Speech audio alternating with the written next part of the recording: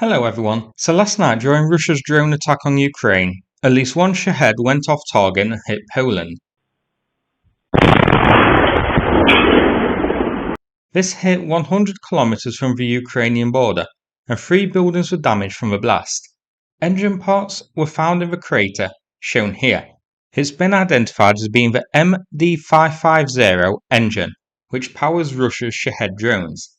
The similarities identified, not by me, but by someone who knows engines, are 4-cylinder horizontally opposed layout, distinctive air-cooled fins, long vertical exhaust stacks, shielded ignition system, aluminium crankcase and propeller hub.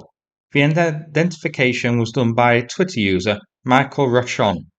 This isn't the first time that a Russian drone has impacted in NATO territory, and I expect the response from NATO will be exactly the same as the last times it's happened, doing absolutely nothing other than sending a strongly worded letter to the Russian embassies. It's quite pathetic. As soon as the first Russian missile or drone crossed over NATO territory, that should have been justification for an immediate 50-kilometre no-fly zone at least around NATO's borders. The geolocation for this one is on screen now, so it came down in a far more similar in the middle of nowhere.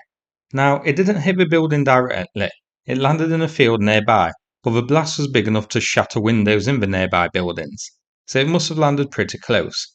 As mentioned, not the first time that Russian drones and missiles have gone off target, but if NATO had given a big response after the first times, then it wouldn't have happened again. The fact NATO didn't respond after those past incursions and impacts means Russia just doesn't care if some go amiss. This is about 100 kilometres into Poland, and pretty embarrassing as well that it got so far and landed near a building. I'm not sure if air defence tracked this at all, or if it just went by completely unawares and then landed.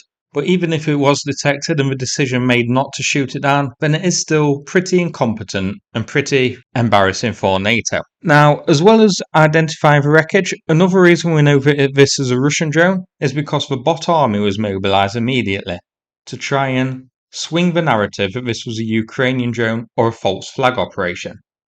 I call it the Vatnik effect. When Russia's bot army mobilises, you can be sure that that's proof that the opposite of what they claim happened. Surely though, this actually damaging a building should warrant a strong response from NATO. But I'm not going to hold my breath. Again, I'm going to guess the response is going to be do absolutely nothing. So that's it for this video. Hope you found it interesting. If so, please click like and subscribe. I'd appreciate it. Thanks so much and take care everybody.